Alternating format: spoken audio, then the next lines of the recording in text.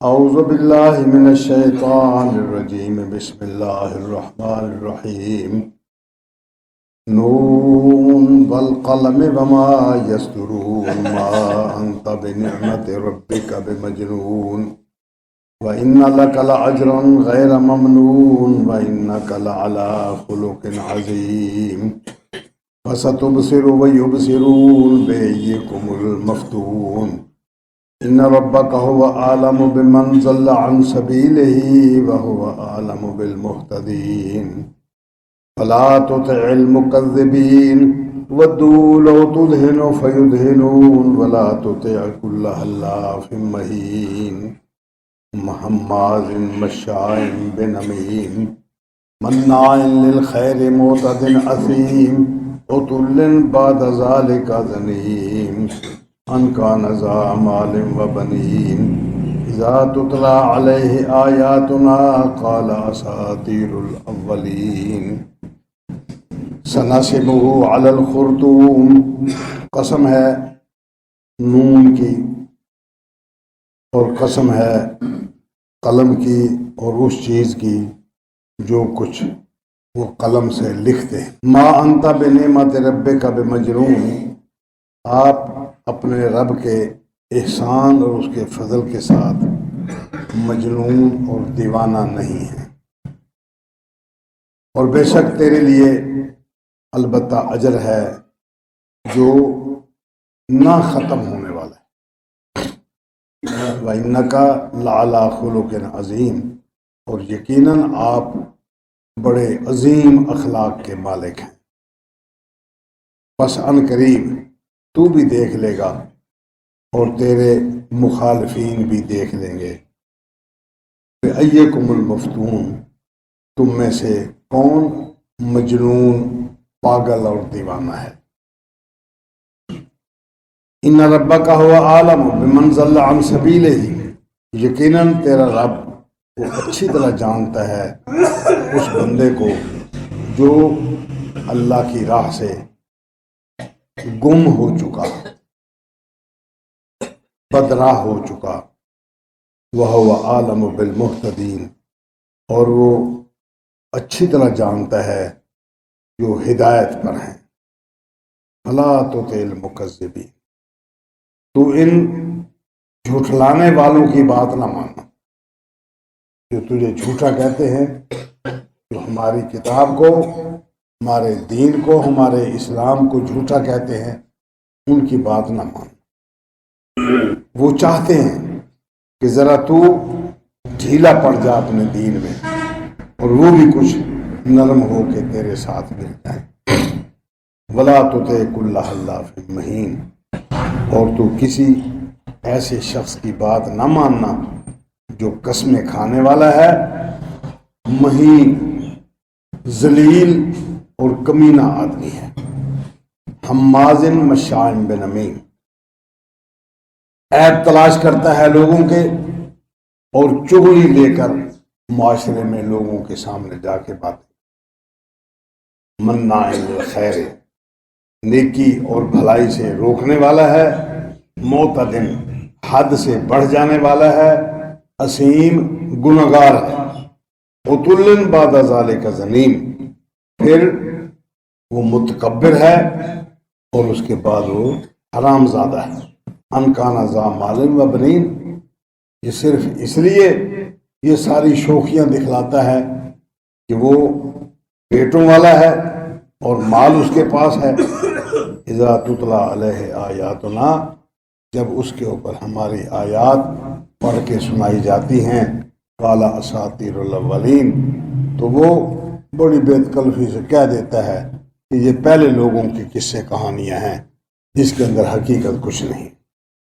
سنسمہ علی الخرطوم، ان قریب وقت آنے والا ہے کہ ہم اس کو اس کی ناک کے بل ناک پر چلائیں گے۔ یہ سورہ نون ہے۔ نبی اکرم صلی اللہ علیہ وسلم کی مخالفت زوروں پر تھی جبکہ یہ سورہ مبارکہ نازل ہو۔ بنیادی طور پر اس کے اندر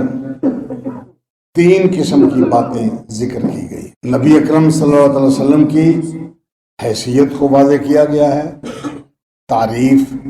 اور آپ کی توصیف کی گئی ہے، اس کے ساتھ ساتھ تقابل کیا گیا ہے کہ تم دیکھو اس وقت بھی اور آج بھی، تم دیکھو کہ جو ہمارا رسول بات کرتا ہے اس کے اخلاق، اس کی شرافت، اس کی تعلیم، اس کا اپنا کردار کیا ہے، اور بالمقابل جو دوسرا شخص سب سے زیادہ مخالفت کرنے والا ہے اس کا کردار کیا ہے، اس کی بات کیا ہے، اس کا طرز زندگی کیا ہے۔ تم خود تقابل کرو، مقابلہ کر کے دیکھو کہ کیا ایسے شریف آدمی کی بات کو چھوڑ کر اس بدماش اور کمینے کی بات کے پیچھے چلا جائے،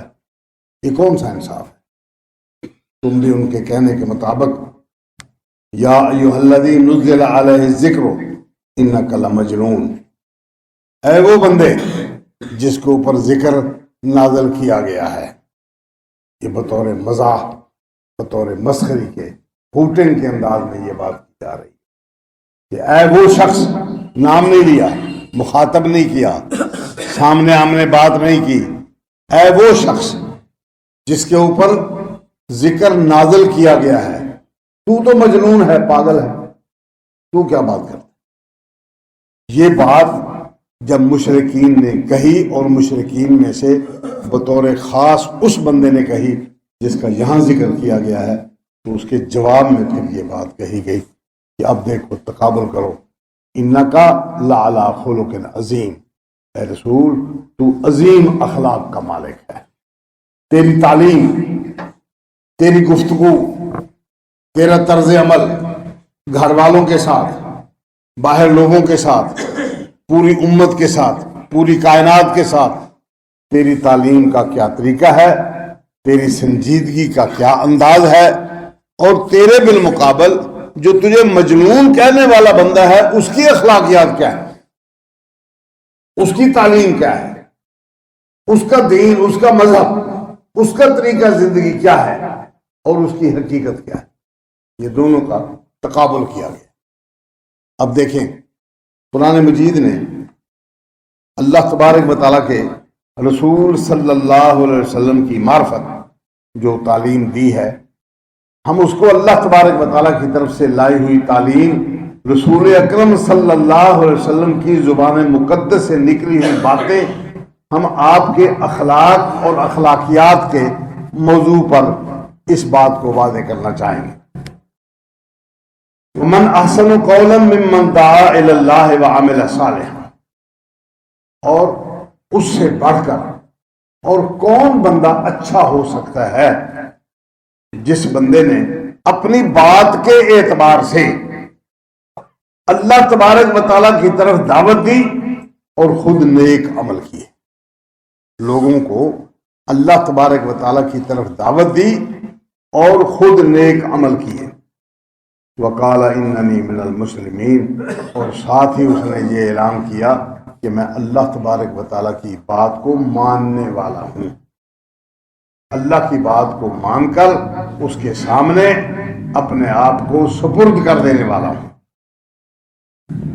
ولا تستوی الحسنۃ ولا السیئۃ، نیکی اور برائی دونوں برابر نہیں ہو سکتی، اچھائی، خوبی، سچائی اور جھوٹ، برائی، یہ دونوں کبھی برابر نہیں ہو سکتے۔ ادفع باللتی ہی احسن، اللہ کے رسول صلی اللہ علیہ وسلم تعلیم دیتے ہیں کہ آپ دفاع کریں اپنا، کس طرح؟ التی ہی احسن، ایسے انداز میں کہ وہ بہت خوبصورت پیارا انداز ہو۔ دوسرا بندہ اگر گالی دے تو آپ اس کے جواب میں اس کو گالی نہ دیں، کتا اگر کاٹ لیتا ہے تو اس کے جواب میں اپنے دانت گندے نہیں کیے جاتے۔ نبی اکرم صلی اللہ علیہ وسلم نے تعلیم دی، فرمایا ایک بندے نے روزہ رکھا ہوا ہے، روزے کی حالت میں اس کے ساتھ کوئی بندہ بد اخلاقی کرتا ہے، لڑائی کرتا ہے، گالی گلوچ کرتا ہے، تو وہ اپنے روزے کی حفاظت کرتے ہوئے اپنی شخصیت اور اپنے دین کی حفاظت کرتے ہوئے اس کو اس کی زبان میں جواب نہ دے، بلکہ اس کو کہے انی صائم، میں روزے سے ہوں، میرا دین، میرا روزہ، میری شرافت اس بات کی اجازت نہیں دیتا کہ میں دو بدو تجھے اسی طرح جواب دوں جس طرح تو کہہ رہا ہے انی صائم، میں روزے۔ اب کنٹرول کرنا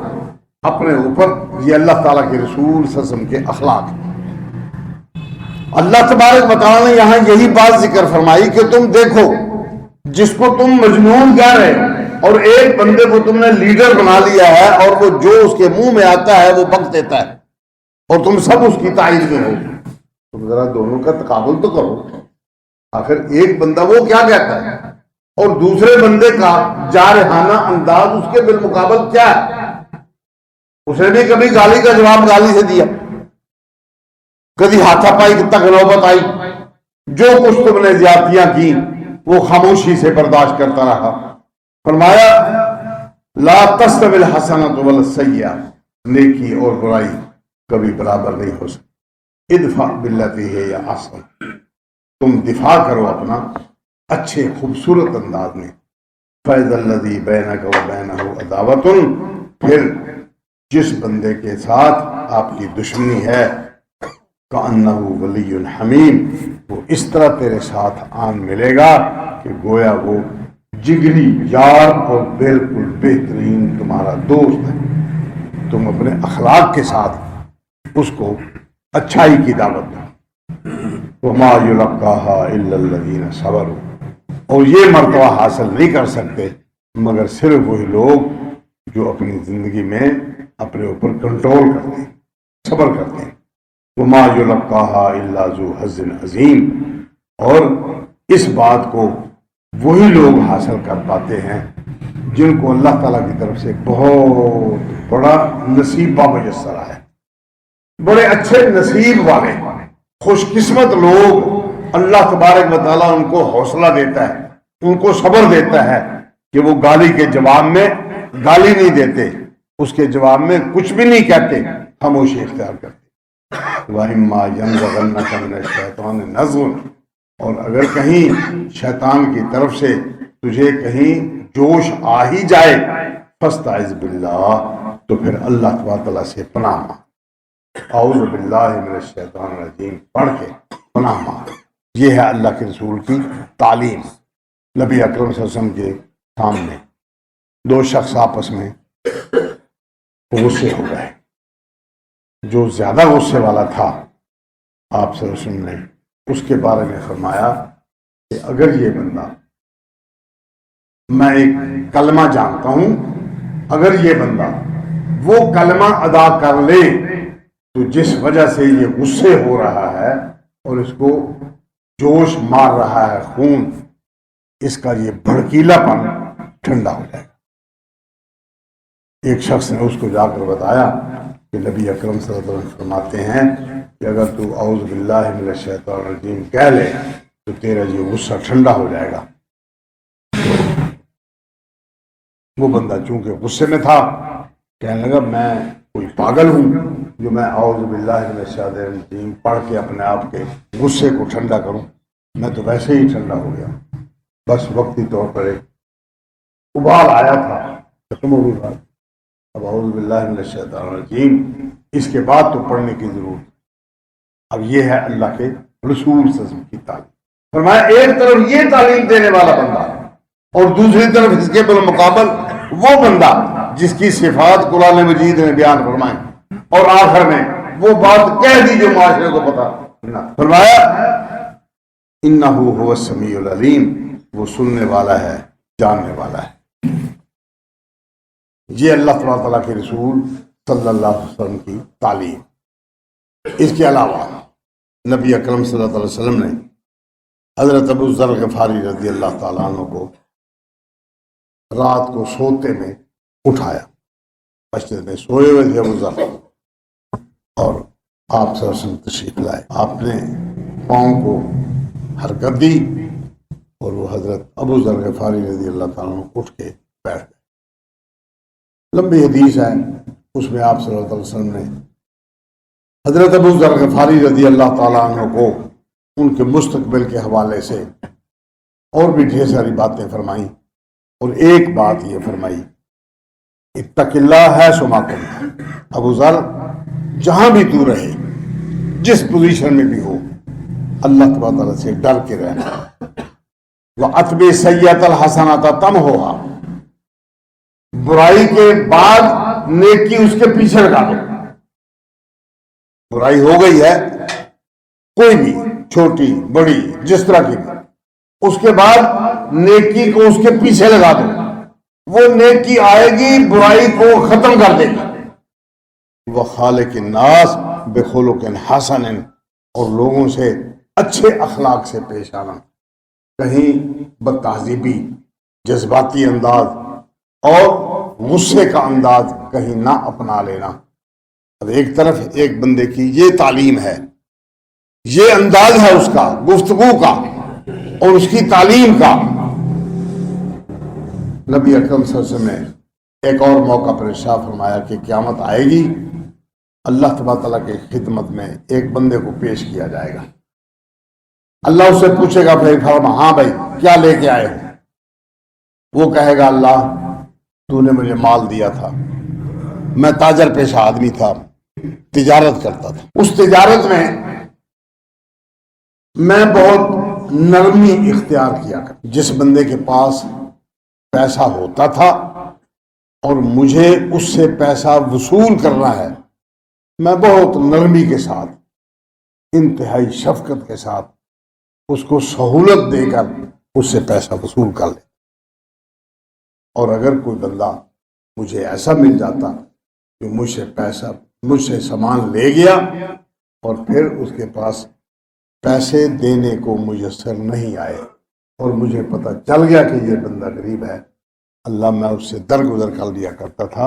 اور اپنے پیسے بھی اس کو چھوڑ دیا کرتا تھا۔ اللہ فرمائے گا یہ کام تو میرا ہے، یہ کام تو میرے کرنے کا ہے، تو میری مخلوق کے ساتھ یہ رویہ اختیار کیے رکھا ہے تو نے کہ جس بندے کے پاس کچھ نہیں تو اپنی رحمت سے، اپنی شفقت سے، اپنے اخلاق حسنہ سے اس کو معاف کر دیتا، جا میں نے بھی تجھے معاف کیا۔ اب ایک بندہ یہ تعلیم دیتا ہے اور اس کے بالمقابل دوسرا بندہ کیا ہے، قسمیں اٹھاتا ہے اپنی بات کو پکا بنانے کے لیے۔ لوگوں کو اس کی بات کا اعتماد نہیں، وہ خود بھی سمجھتا ہے کہ میں جو بات کہہ رہا ہوں لوگوں کو میری بات کا اعتماد نہیں، وہ اپنی بات کو قابل اعتماد بنانے کے لیے بات کرنے کے ساتھ قسم اٹھا لیتا ہے۔ اب معاشرے کے اندر آج بھی، اس دور میں بھی، انسانیت تو انسانیت ہی ہے، اس کے اخلاق، اس کی سوچ، اس کے تجربات ہمیشہ سے ایک جیسے رہے ہیں۔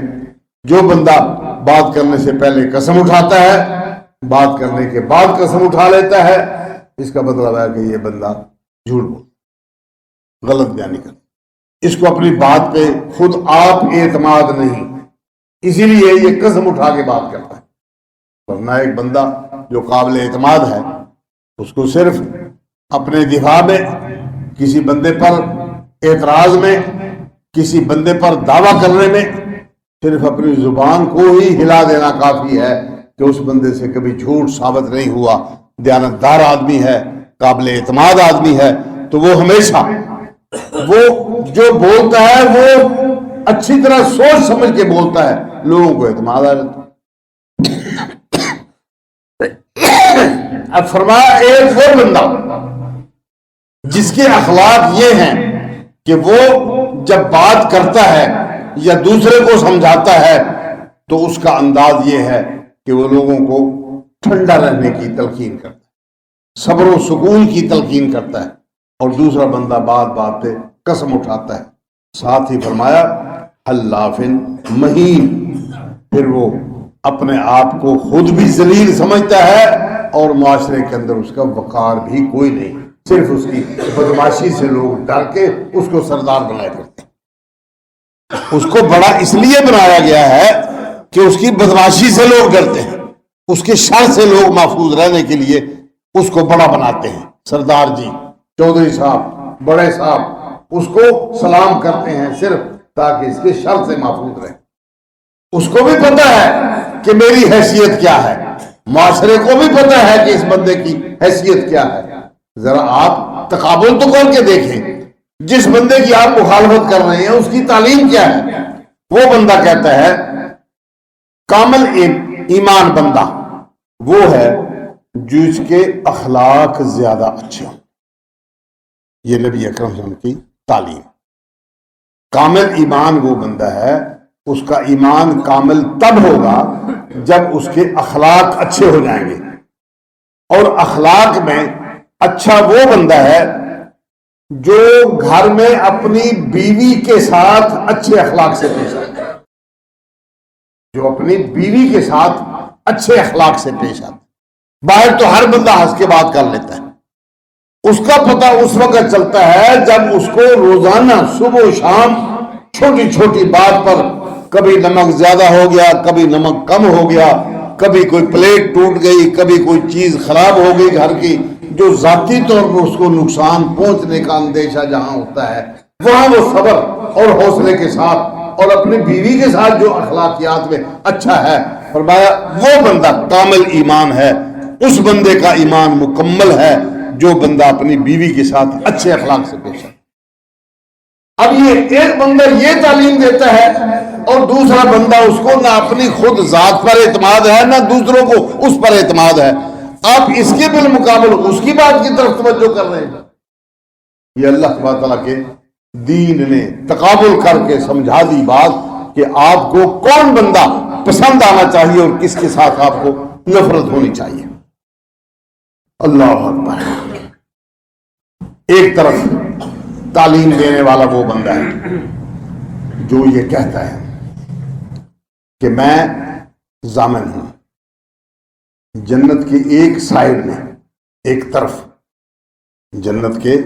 ایک سائیڈ میں ایک طرف اس بندے کو مکان لے کر دوں گا جو بندہ حق پر ہے, حق پر ہونے کے باوجود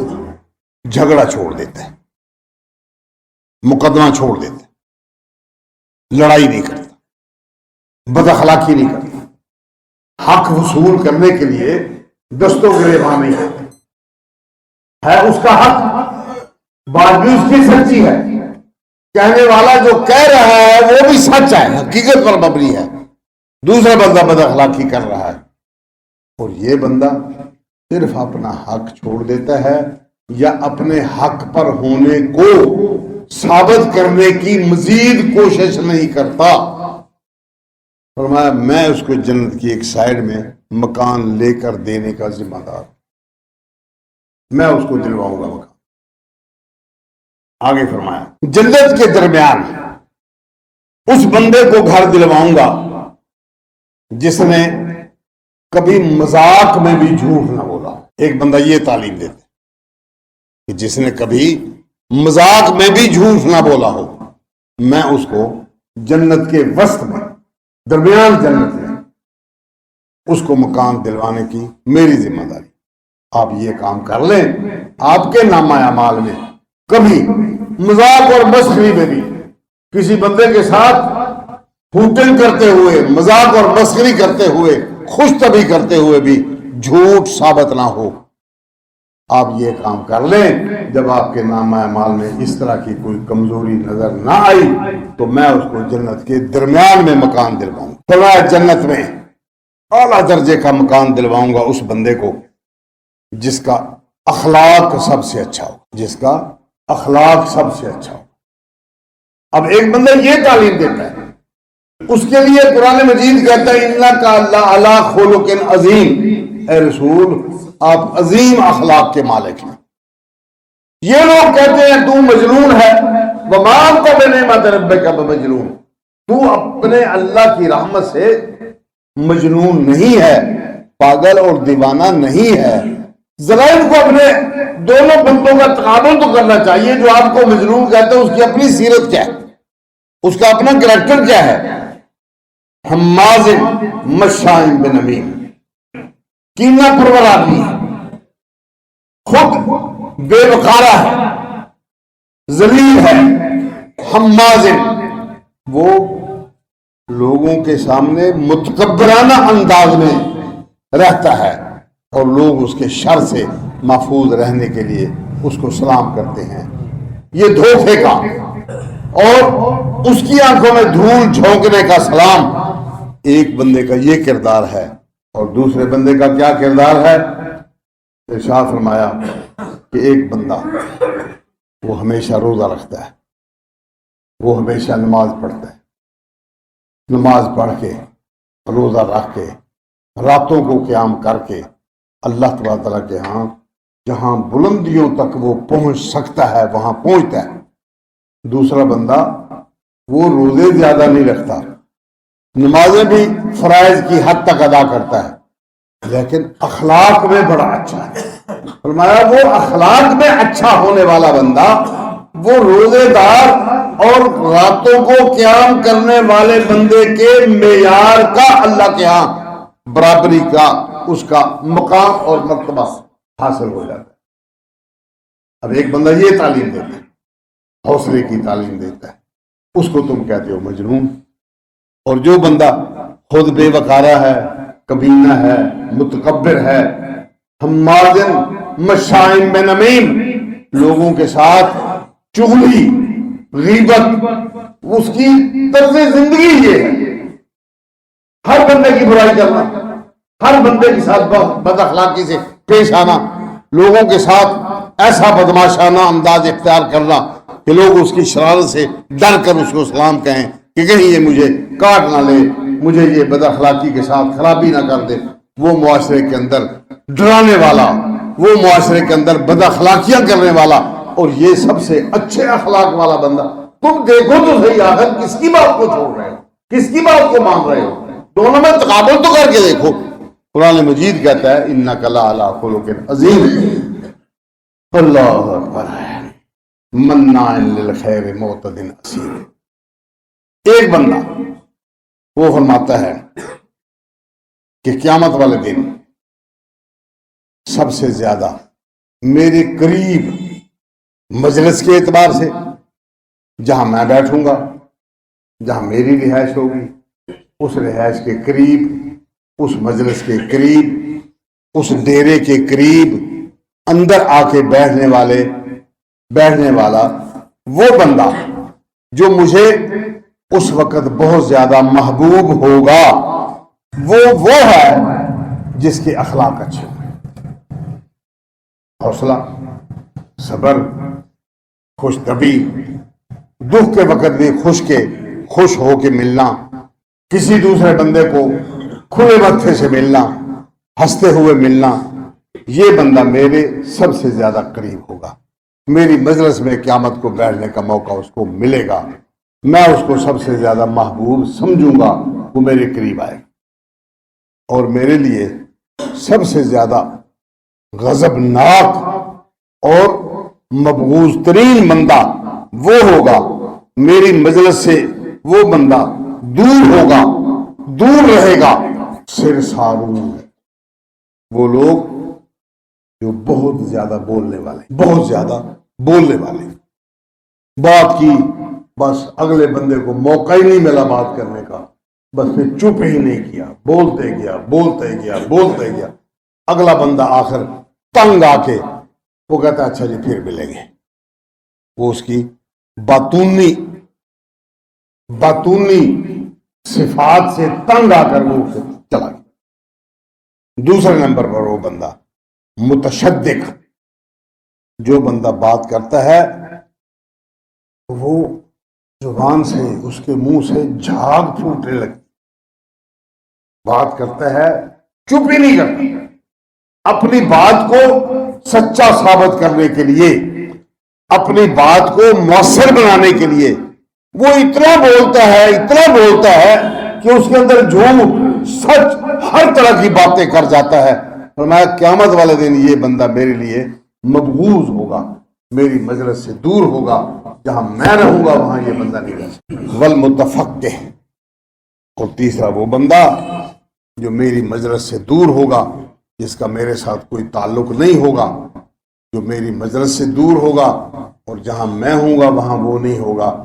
وہ ہے متکبر آدمی۔ اب ایک طرف ایک بندہ یہ تعلیم دیتا ہے،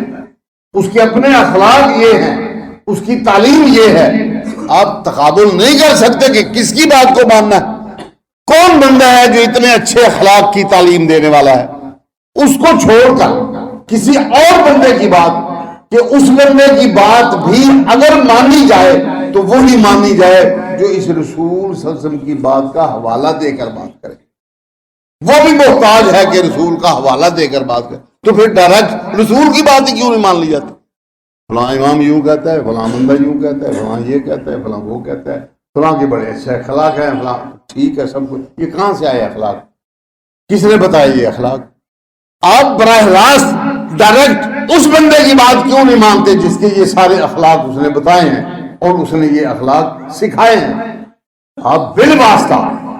جو اس تک پہنچنے کی کوشش میں ہیں، آپ ڈائریکٹ اس تک پہنچے، یہ دین ہے۔ ان کو یہ تعلیم دی کہ تم دیکھو ایک مقابلتاً وہ بندہ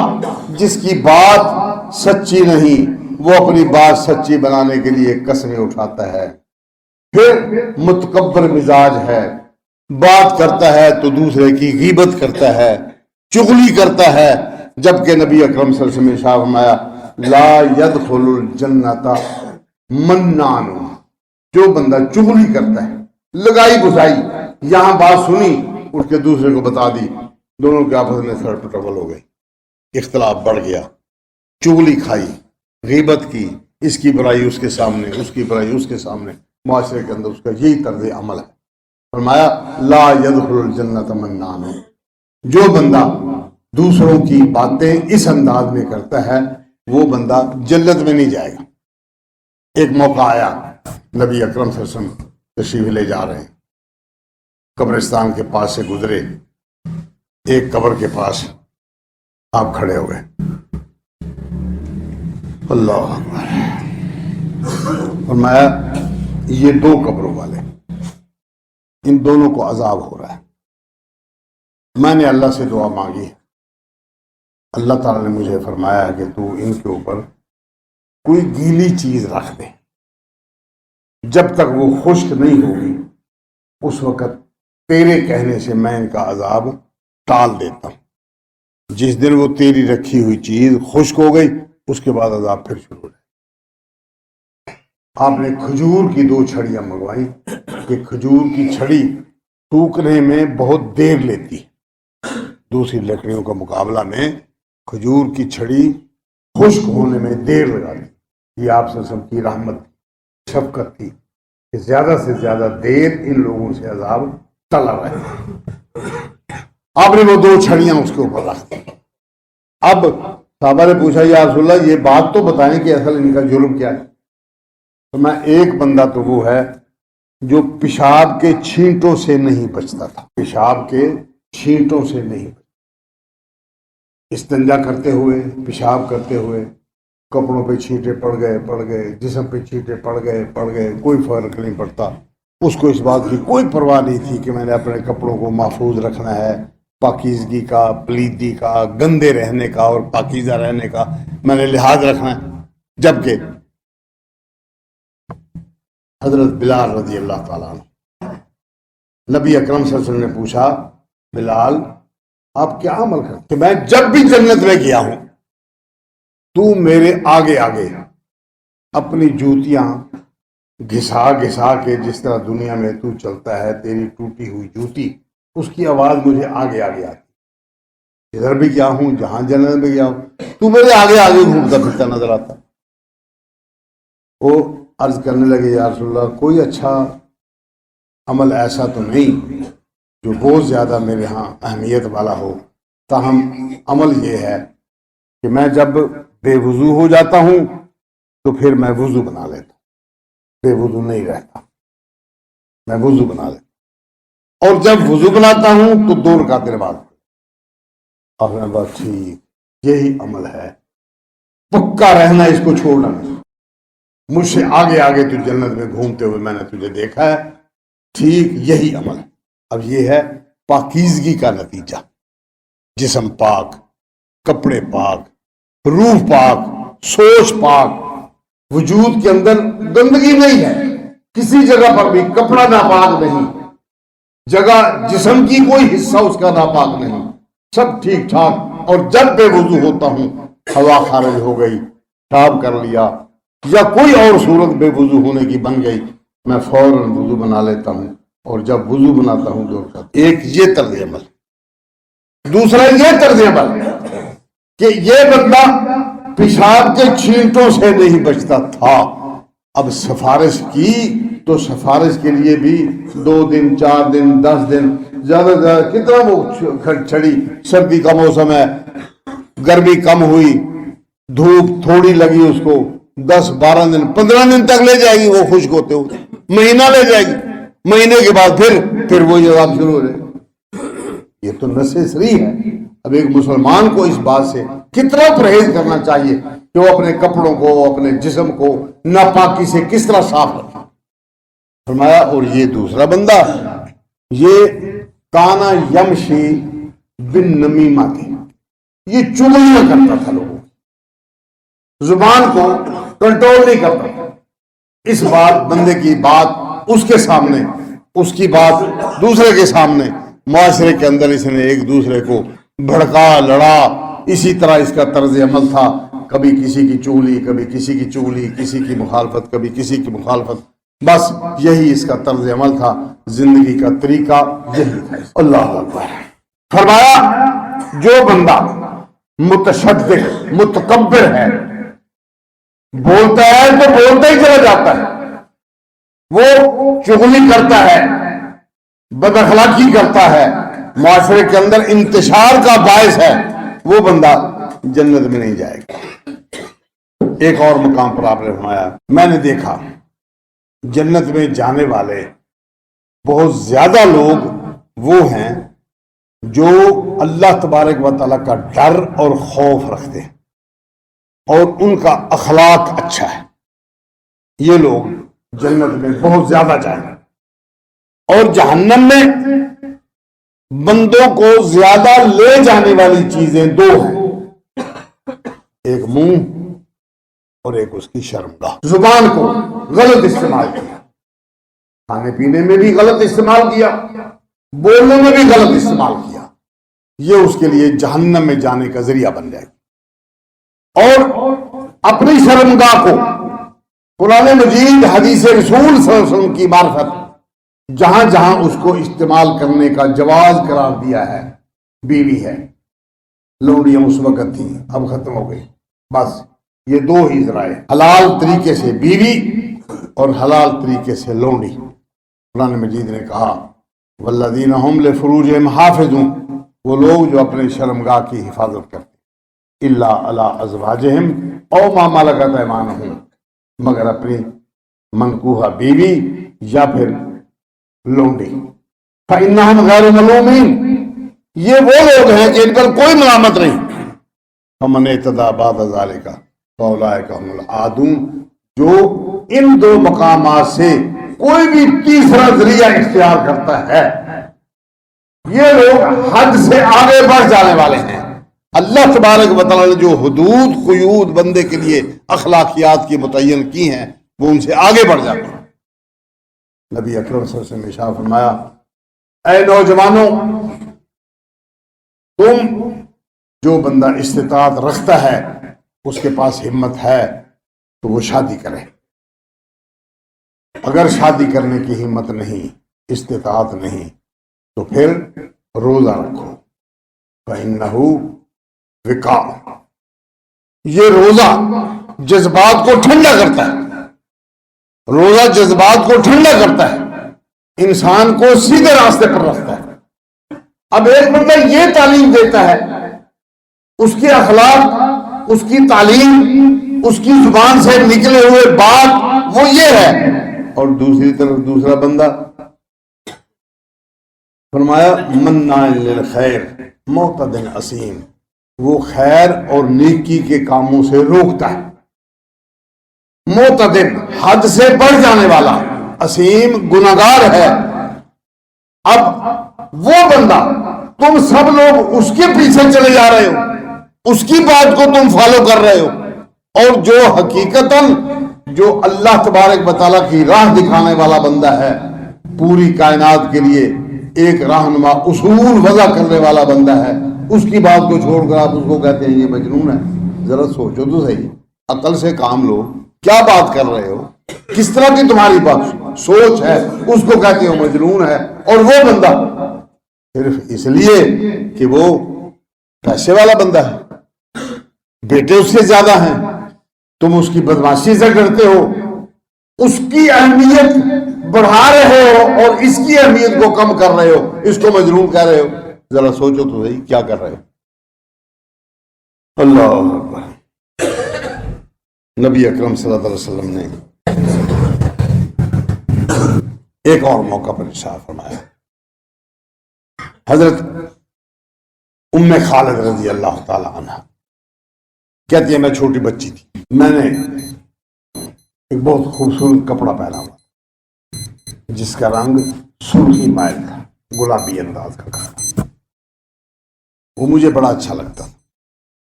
میں اپنے ابا کے ساتھ نبی صلی اللہ علیہ وسلم کی خدمت میں حاضر ہوئی، چھوٹی بچی تھی۔ اللہ اکبر، نبی اکرم صلی اللہ علیہ وسلم نے مجھے دیکھا، میرے سر پہ ہاتھ پھیرا اور اس کپڑے کو دیکھ کر فرمایا ام خالد ثنا ثنا، مبارک ہو، بہت اچھا کپڑا ہے، بہت اچھا کپڑا ہے، اخلیقی و ابلسی، اس کو پرانا کر، اس کو دیر تک اپنے جسم پر رکھنا، پرانا کر، اور اس کو اچھی طرح ہنڈانا، اچھی طرح اس کو استعمال کرنا۔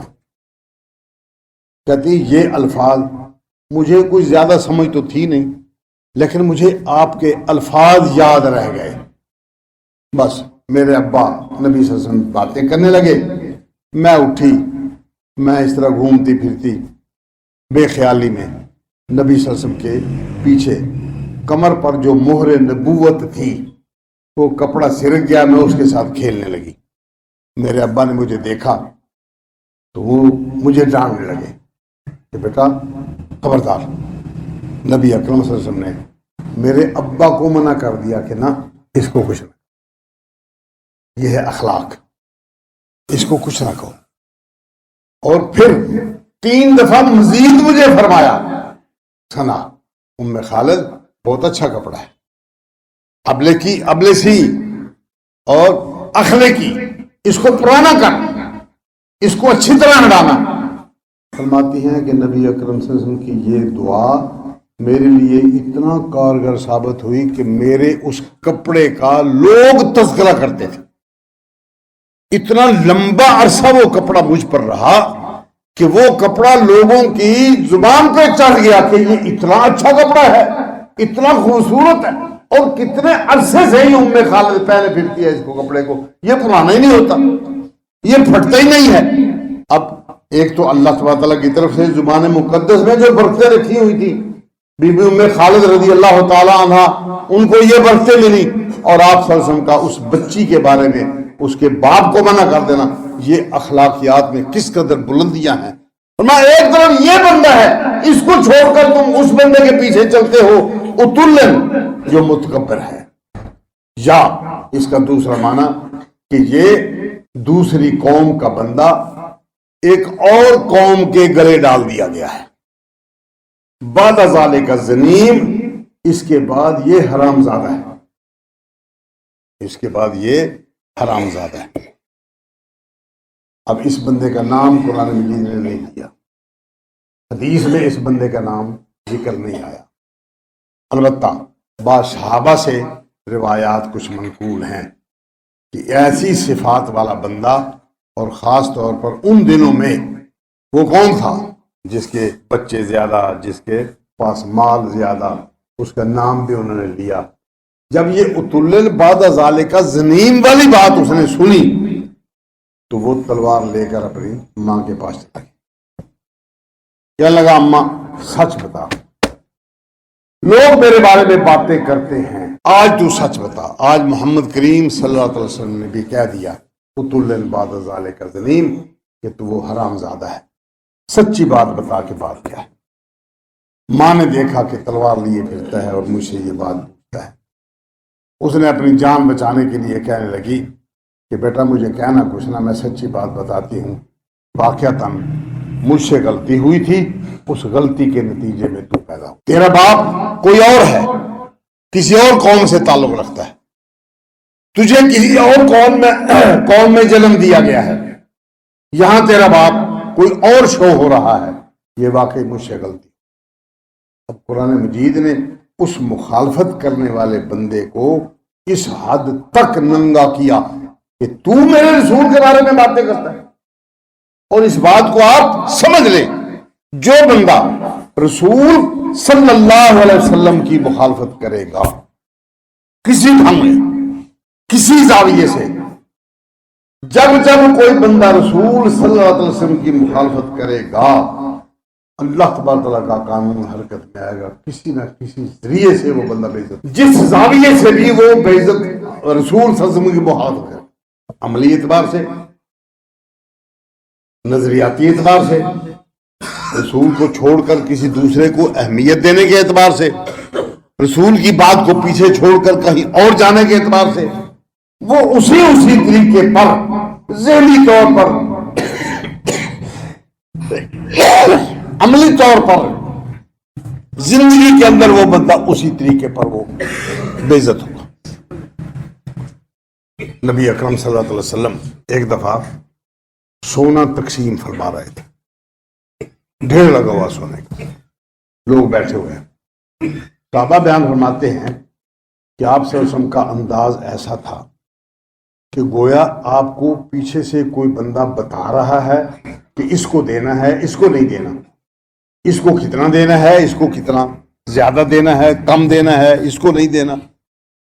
کوئی بندہ پیچھے سے ہدایات دے رہا ہے اور آپ اس ہدایت کے مطابق سونے کا بک بھر کے، مٹھی بھر کے، 2 بک بھر کے اس کو دے رہے ہیں. ایک شخص اٹھا،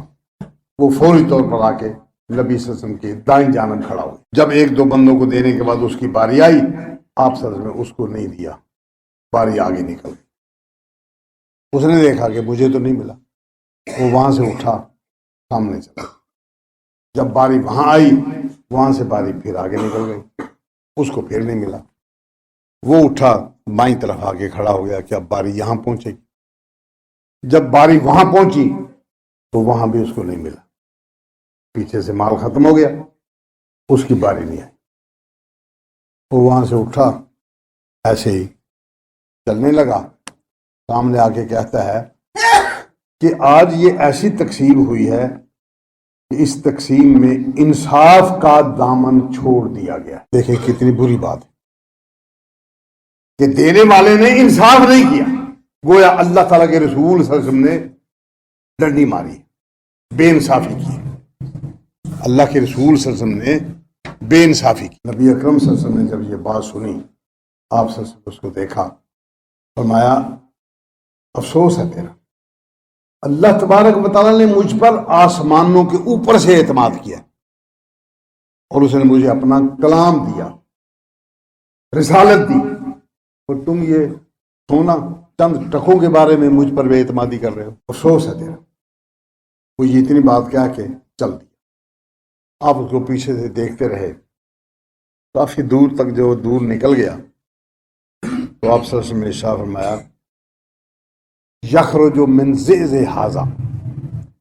اس کی نسل سے ایسے لوگ نکلیں گے، وہ قرآن مجید پڑھیں گے، قرآن مجید ان کے حلق سے نیچے نہیں اترے گا، یعنی ان کے جسم پر قرآن کا کوئی اثر ظاہر نہیں ہوگا. دینداری کے کلمہ پڑھیں گے، اس کلمے کا ان کے اوپر کوئی اثر نہیں ہوگا، بظاہر نمازیں پڑھیں گے. صحابہ کو فرمایا کہ تمہیں اپنی نمازیں ان کی نمازوں کے مقابلہ میں بیکار نظر آئیں گی کہ نماز تو وہ پڑھتے اتنے خشوع و خضوع کے ساتھ، لیکن وہ جو کچھ بھی کریں گے اسلام کے بارے میں ان کے حلق سے نیچے کوئی شے نہیں اترے گی، بس صرف زبان کی حد تک بات ہوگی. بظاہر مسلمان ہیں لیکن اسلام کے ساتھ ان لوگوں کا کوئی تعلق نہیں ہوگا. جس طرح تیر کمان سے نکل جاتا ہے اس کا کوئی تعلق نہیں ہوتا، اس طرح یہ لوگ دین سے نکل اب دیکھیں اس بندے نے اللہ کے رسول صلی اللہ علیہ وسلم پر بے اعتمادی کی، نتیجہ کیا نکلا کہ وہ آپ تو جو کچھ تھا سو تھا ہی تھا، اس کی نسل، نہ صرف نسل، اس کا نطفہ، اس کی ہڈیوں کا گودا، وہ تک اتنا گندا اور اتنا خراب ہو گیا کہ آئندہ اس کی نسلیں برباد ہو گئی، دین اسلام کا کوئی تعلق نہ ہو۔ اس طرح وہ لوگ دین سے۔ اب دیکھیں جو بندہ اللہ کے رسول کی مخالفت کرے گا، اللہ کا قانون بڑا حساس ہے۔ رسول اکرم صلی اللہ تعالی علیہ وسلم کی مخالفت کسی زاویے سے، بدعات کے زاویے سے، حدیث کو چھوڑ کر، حدیث کی مخالفت کر کے، حدیث کو برا بھلا کہہ کے، حدیث سے نفرت کر کے، اللہ کے رسول سے نفرت کر کے، کسی اور کو نبی بنا لینا، کسی اور کو بڑا بنا لینا، کسی اور کو زیادہ بہتر سمجھتے ہوئے اس کی دم پکڑ لینا، اس کا پلو پکڑ کے اللہ کے رسول کا دامن چھوڑ دینا۔ جس زاویے سے بھی کوئی بندہ اللہ تبارک تعالیٰ کے رسول صلی اللہ علیہ وسلم کی مخالفت کرے گا، اسی زاویے سے اللہ تبارک تعالیٰ کا قانون حرکت میں آئے گا اور وہ بندہ برباد ہے۔ اللہ تبارک تعالیٰ مجھے اور آپ کو اپنے دین کی صحیح سمجھ عطا فرمائے، اس کے مطابق صحیح عمل کی توفیق اور جرأت عنایت کرے۔ اقول قولی ھذا وآخر دعوانا الحمدللہ۔